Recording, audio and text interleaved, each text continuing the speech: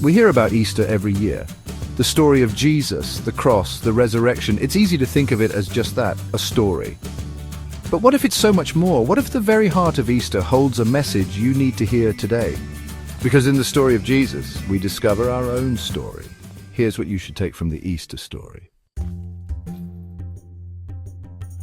Imagine this: Jesus, the Son of God, the King of Kings, kneels down. He's holding a basin of water, a towel in his hand, and he begins to wash the feet of his disciples. Can you imagine the humility, the love in that act?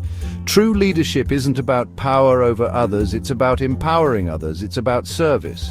Take humility with you this Easter and watch how it transforms your life and the lives of those around you.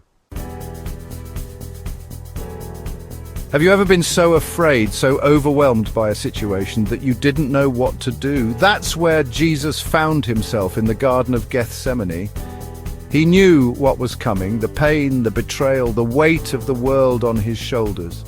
And yet, in that moment of anguish, he prayed these powerful words, "Not my will, but yours be done." Can you imagine that kind of surrender? To face your fears, your doubts, your pain, and say, "God, I trust you, your will, not mine." We all have moments when we need to surrender. This Easter, embrace the power of surrender. It's in letting go that we often find our greatest breakthroughs. Think about the cross for a moment.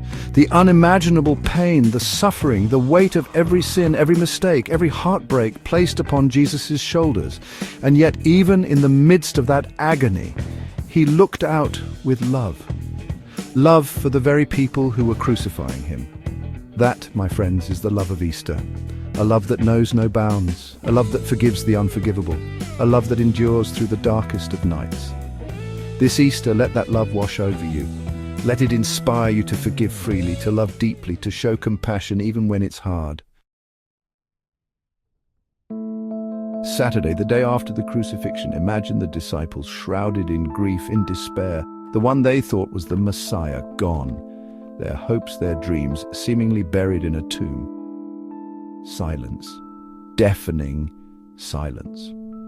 But here's the thing about silence. It doesn't mean that nothing is happening. That Saturday, while the disciples grieved, God was working. He was orchestrating the greatest comeback story of all time. Sunday morning, the stone is rolled away. The tomb is empty. Death had lost its sting.